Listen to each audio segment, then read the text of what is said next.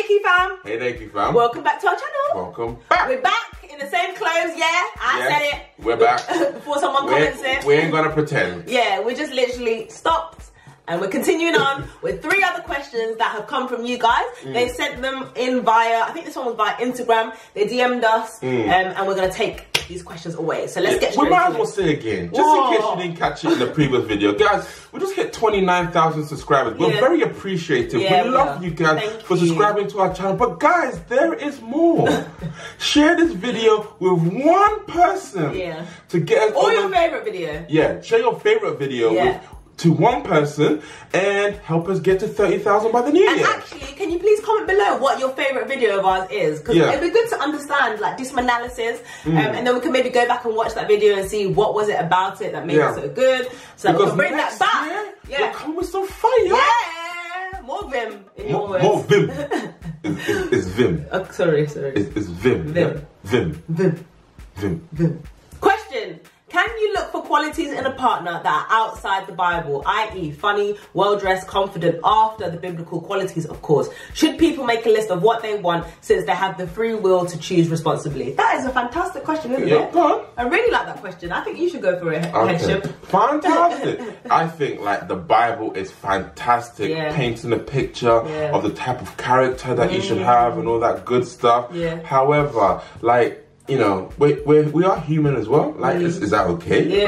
Like, we might have other desires as well. Not to say that the Bible is not significant enough, but we have just certain preferences. And I think we should be able to exercise those preferences. And when making a list or desiring a partner, feel free, go crazy. However, the problem is when the things that you desire that are not necessarily biblical, like how well they dress, or they must have a beard, and all this kind of stuff. If those things outweigh the Bible, you're in trouble. I'm speaking slowly so you understand me. If those things outweigh the biblical truth, you're in trouble. Especially with the whole appearance thing, because that can really blind you. There's some people out here like, oh, he's got a beard, he's tall, he's dark skinned, he's hench, that, you know, then you start trying to see some biblical qualities that are just not even there, because we can be blinded by our physical eyes and not be looking deeper for character, because character is not something that you can see straight away. Character is shown over time, and you know, sometimes you don't even give people the time because of their physical appearance, so you need to be conscious of your own you know, because just because someone is tall, you know, there's no like indication that the taller you are, the more that they love you. You know, or the more successful relationship's going to be. The more kinder they are. Like, come on, let's be honest. Like, we need to make sure that we're chasing the right things and the right things in character. So feel free, go crazy, write a full list. But you have to be open-minded to, I would rather choose someone with a great character than to someone who ticks all the external boxes.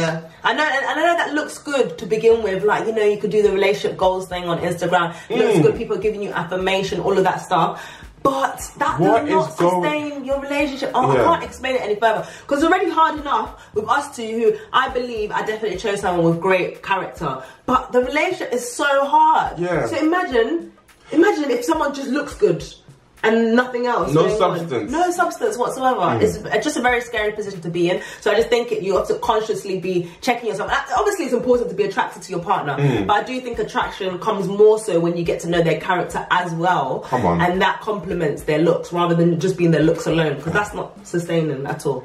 The people in the back, did you hear that? Fantastic. So feel free to make a list, but also be open-minded. 100%. Okay, I love this question. Anna, how did you develop the confidence to wear your natural hair out? Come on. Yay, in a society that deems Eurocentric hair most beautiful. What are people's reactions at work, especially in a high-flying corporate role? Oh my days. High-flying? Come on. It's not high-flying, but... how did I develop the confidence? I think for me, I've been on this journey for the past 3-4 years of really learning to love myself. Like, I can say in theory that I love myself, but do my actions and the way that I think about myself reflect that? So I've just been on this journey since I came to know God, because He knows me well, and I want to become more like Him, and becoming more like Him means loving myself as well, and who He made me to be. And embracing your full self. Embracing my full self. So I looked at myself and I was like, oh, I know, you love wearing a lot of makeup, you love, you know, putting weaves, hiding your forehead, all of these things about my external appearance. And I was like, why? So I challenged myself to really just be like, no, Anna, regardless of how much you like it, you're gonna go back to who you really are, per se, and love that externally. And I remember when I started transitioning my hair, I was the last person that people would have thought would go natural. I was laughing at all the natural people when the trend was happening. I was like, why? Like, forget them, I'm not doing that, it's too tough to maintain. I want the easy life, I don't want to show my forehead, blah, blah, blah. But I just really thought about like generations to come, like my children, and thinking about, you know, them looking up at me and saying, Mommy, I want your hair, and it's straight. And I'm just like, but love the one that you have. But the best way for me to show that is through doing it myself. So I'm just thinking in the future, blah, blah, blah. Long story short, I transitioned, and then I remember the first day I was going into work. Do you remember? Yeah, she was scared. Oh my days. I don't know how I'm here, you know. I don't know how I'm here wearing my natural hair out, because when I think about it, when I deep it, it's like, whoa, Anna, you are so different.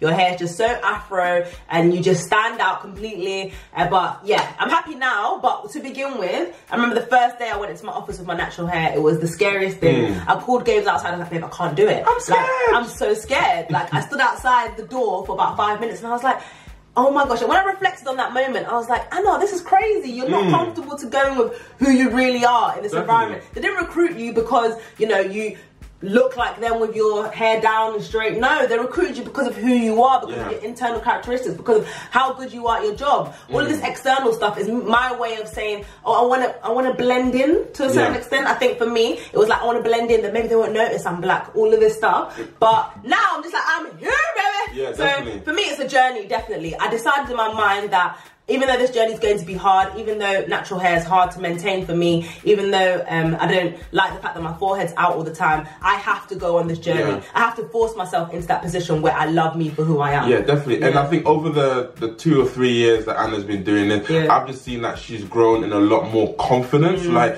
because she's able to embrace herself. So it's not like when she's going into a new environment, she's thinking of what she can put on, and then determined on, based on how she looks on the outside, is determined by how confident she is. But because she's got her natural self always on show, it doesn't matter what she's wearing or what she looks like on the outside, she's more confident. And I think when we had the conversation at the beginning, I think the key thing was the fact of when we think about the next generation to come, and I think about my children, and I think about my young daughter who will potentially ask her mom, Mommy, why are you wearing weave?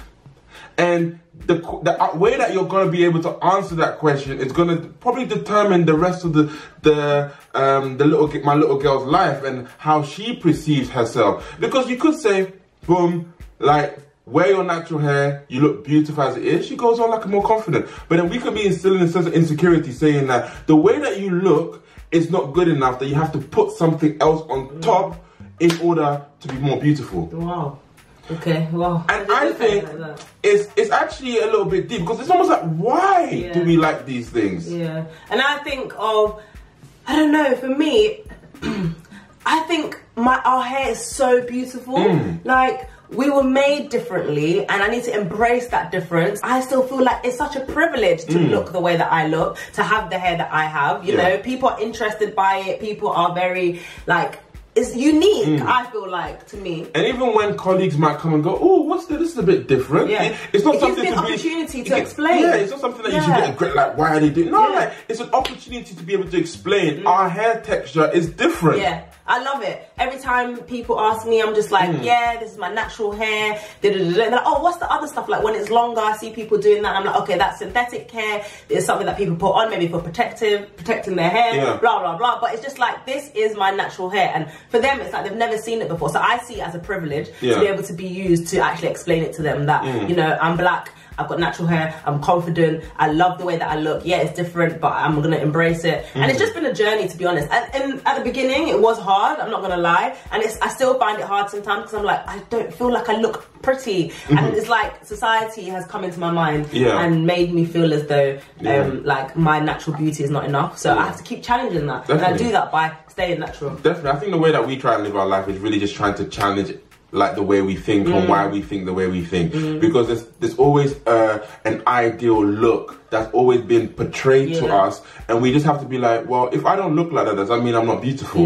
We have to go against the grain sometimes just to be able to accept ourselves. Embrace yourself, love yourself, and just live life. 100%. And there's obviously going to be people who don't like that, and they're obviously not the people that you need to be around. The type of people that I'm around, it's like really embraced, it's loved. haters are going to continue to hate, but I'm going to continue to love myself at the end of the day. Definitely. So guys, yeah, that was a very long answer. That was a very long answer. I don't know. I hope it makes sense. I hope you get where we're coming from. It's all coming from a place of love, and we're not trying to come at people who, you know, wear weaves or do all that stuff. Not at all. But from a personal standpoint, like, I was the biggest advocate of, you know, other types of hair, especially relaxer. I used to relax every 2 weeks, every month, all the time, because I did not want to see any bit of curl. So God has really taken me on a journey, I feel, and I'm just so shocked that I'm here. Rocking the natural hair, still not knowing how to do it properly, but we're gonna keep going. Definitely. So yeah. So guys, that is it. Yeah. We've got some more vlogs coming out next week or so. So guys, stay tuned. Yeah, and we'll see you. Finally, but we'll see you on next video. See you guys. Bye.